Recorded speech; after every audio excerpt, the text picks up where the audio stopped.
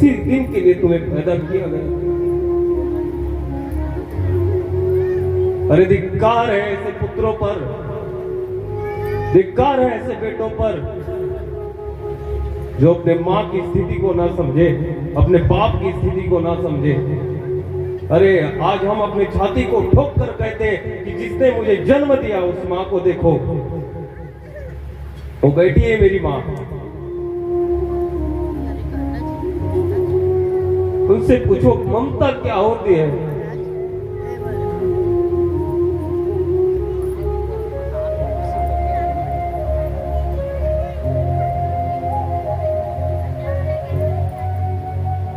माँ की सेवा करो, न कि उसको गाली दो, न लात मारो। हमने देखा है ऐसे, इस दृश्य को देखा है अपनी आंखों से। आज नहीं समझोगे ना तो जिंदगी भर नहीं समझ पाओगे तुम। जिस ऊंचाई पर तुम बैठे हो ना, किसका आशीर्वाद? अरे भगवान आशीर्वाद दे ना दे, लेकिन जब माँ बाप आशीर्वाद देते हैं ना, वो पक्का लगता है। एक बार मंदिर, अरे जिसने तुम्हें जन्म दिया क्या उसका अधिकार नहीं है कि तुम उसका थोड़ा दिन सेवा कर दो? अरे पूरे जीवन भर अपनी खुद का सेवा कर लेती है माँ। वृद्धावस्था, बस वृद्धावस्था आता है 60 साल के बाद कितना दिन बचता है? 5 से 10 साल बस जीवित रहेगी। आज के दिन में सिर्फ 5 साल। 5 साल तुम उसका सेवा नहीं कर सकते? 15 से 20 साल तक वो तुम्हारी सेवा करते आई, तुम्हारे वो मलमूत्र को फेंकते आई। तुम कहते हो तुमने हमारे लिए क्या किया? तुम उनके लिए क्या कर सकते हो ये बताओ। मां की सेवा करना ना प्रभु की सेवा करने से ज्यादा है। हम इसी व्यासपीठ पर बैठ करके बोल रहे हैं इनकी सेवा मत करो, भगवान की सेवा मत करो, सिर्फ माँ बाप की सेवा करो। अरे वो प्रभु सब देख रहे हैं, पता है, सब देख रहे हैं। ये होगी दुष्टता आज की कलयुग की। सोचो अपने आप को।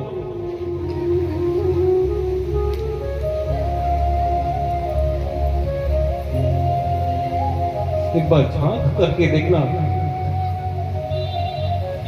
आज देखो ना, इस पंडाल पे सिर्फ मैया मैया मैया दिख रही हैं। बच्चे कोई नहीं है, पुत्र में नहीं है कोई दारू पी रहा होगा, कोई झगड़ा कर रहा होगा। यह स्थिति हो गई है।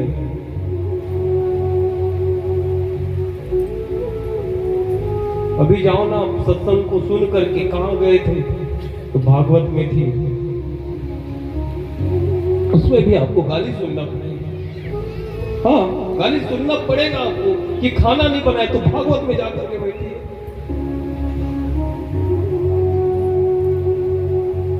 क्योंकि उसको शराब ने जन्म दिया है, तुमने नहीं जन्म दिया है। कर लो, कर लो माँ की सेवा, बाप की सेवा कर लो। मरोगे तो भी भगवान एक बार पूछेगा कि किसकी सेवा करके आए हैं तू। जब बोलोगे ना मैंने अपनी माँ की सेवा करी है, तो भगवान भी कहेगा तेरा स्थान नर्क में नहीं, तेरा स्थान स्वर्ग में। स्वर्ग में स्थान पाओगे तुम।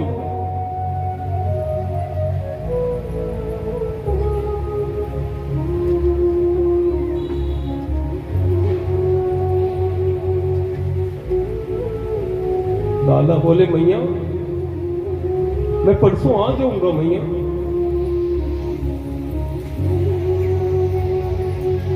नहीं भैया मैं परसों आ जाऊंगा। मैया बोली लाला मैं तुमको एक पल भी दूर नहीं रखूंगी।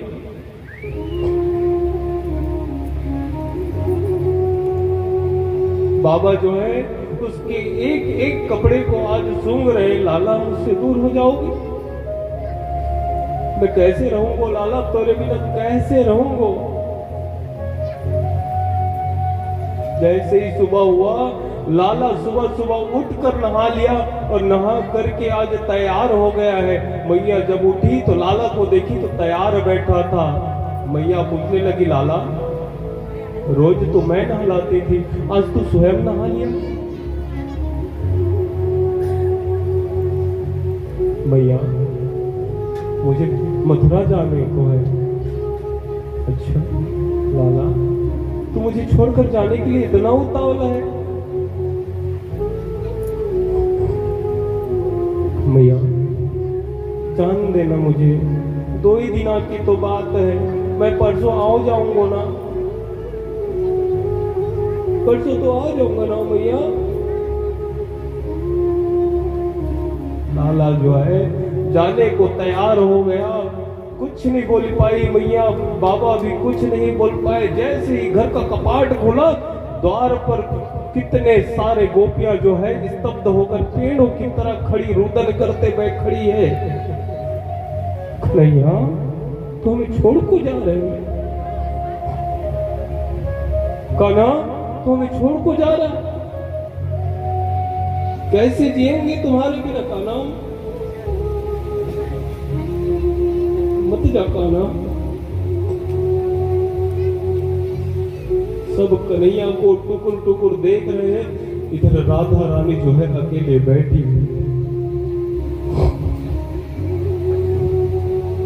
आज कन्हैया जो है राधा के रानी के पास जाकर कह रही है, राधा हे वृषभान लाडली, राधे मैं जाऊं? राधिका बोले, ठाकुर जिस लिए जा रहे हो उस पे बाधा पड़ जाएगी, और अगर जाने दे दूं तो मेरा प्रेम कैसा? अगर मैं अपने प्रियतम को ना रोकूं तो मेरा प्रेम कैसा? मैं क्या करूं? राधा जो है स्तब्ध होकर खड़ी हुई है, कन्हैया जो है कुछ नहीं बोल पा रहे हैं, गोपियों के आंसू झरझर गिर रहे हैं। मैया तो स्तब्ध खड़ी है, मैं तो कुछ बात ही नहीं निकल रही है मैया की। अब जो है लाला जाने को तैयार है, सभी रो रहे हैं, सभी रो रहे हैं।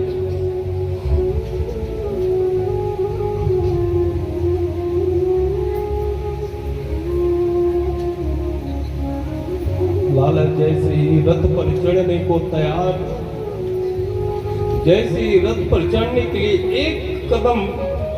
एक कदम रथ पर डालते हैं कि मैया फिर से बोल पड़ती है, लाला मत जा रे, मत जा लाला, मोह को छोड़ के मत जा लाला, मत जा।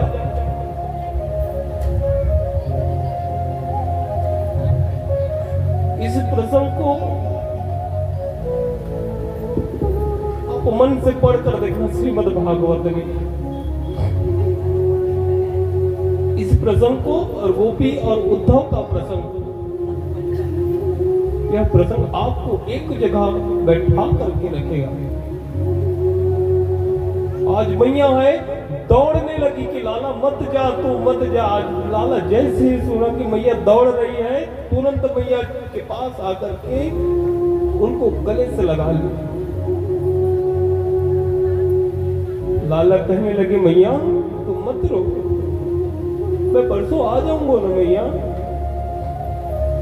मैया कहती, लाला तू सबसे झूठ बोल ले, मुझसे झूठ नहीं बोल सकता। मैं जानू हूं कि तू अब नहीं आने वाला। मुझे पता है कान्हा तू अब नहीं आएगा। मुझे अक्रूर ने सब कुछ बता दिया है कि तू अब हमेशा के लिए जा रहा है। जैसे ही ऐसी वचन सुना कन्हैया की मैया को पता चल गया कि मैं अब नहीं आऊंगा। कन्हैया जो है फूट कर आज मैया को पकड़ करके रोने लगा कि मैया मैं परसों तो आ जाऊंगा, तू चुप रहना मैया, तू चुप रहे। लाला रोता रहा, मैया रोती रही, सभी अचेतावस्था में जाने लगे। मैया कहती लाला मत जा मुझको छोड़ करके, तो फिर भी नहीं। गोपी कहती लाला जब मारना था तो पहले मार देना था, अब मारने की जरूरत मत करो। क्यों? इस ब्रज में आकर के हमें इतना लाड़ दिया, प्यार दिया, और आज छोड़ करके जा रहा है। लाला मत जा, हम मर जाएंगे। मछली पानी के बिना कैसे रह पाएगा लाला, मत जा। फिर भी मैया कहने लगी लाला जा तो रहे, परंतु एक बार तो को बोल दूं मैं, जिस दिन मैं अंतिम सांस लेने को हूं उस दिन देवकी से कहना कि मेरी शकल देखना है, अंतिम क्षण पर आ जाना। इस वचन को सुन करके कान्हा जो है आज मैया को हृदय से लगा लिया कि अंतिम समय, माता कह रही कि मैं मरने की समय हूं तब तो आ जाएगा। आज के बेटे तो मरने के समय पर भी उनको गाली देते हैं कि डोकरी तय तो मरद, लेकिन घर लगी पर तो आता है। ममता को समझो, जन्म इसीलिए दिया जाता है कि मैं उसकी सेवा करूं, उसकी सेवा करो। वृद्धावस्था में उनकी सेवा करो, ना कि उसको गाली दो, लात मारो। यही दिन देखने के लिए पैदा हुए हो।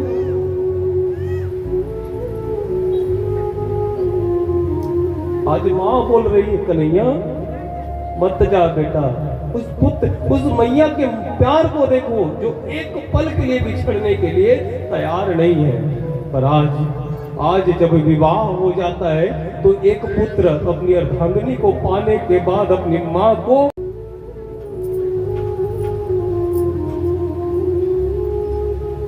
पुत्र जो है कलयुगी हो गए हैं, कलयुगी।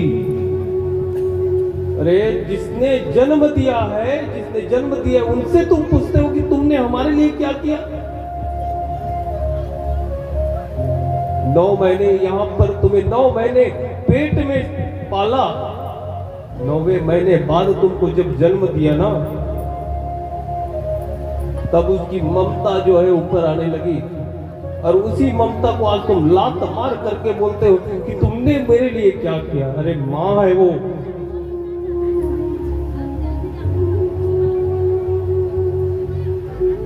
माँ के सीने पर पत्थर मारोगे ना तो जिंदगी भर पछता।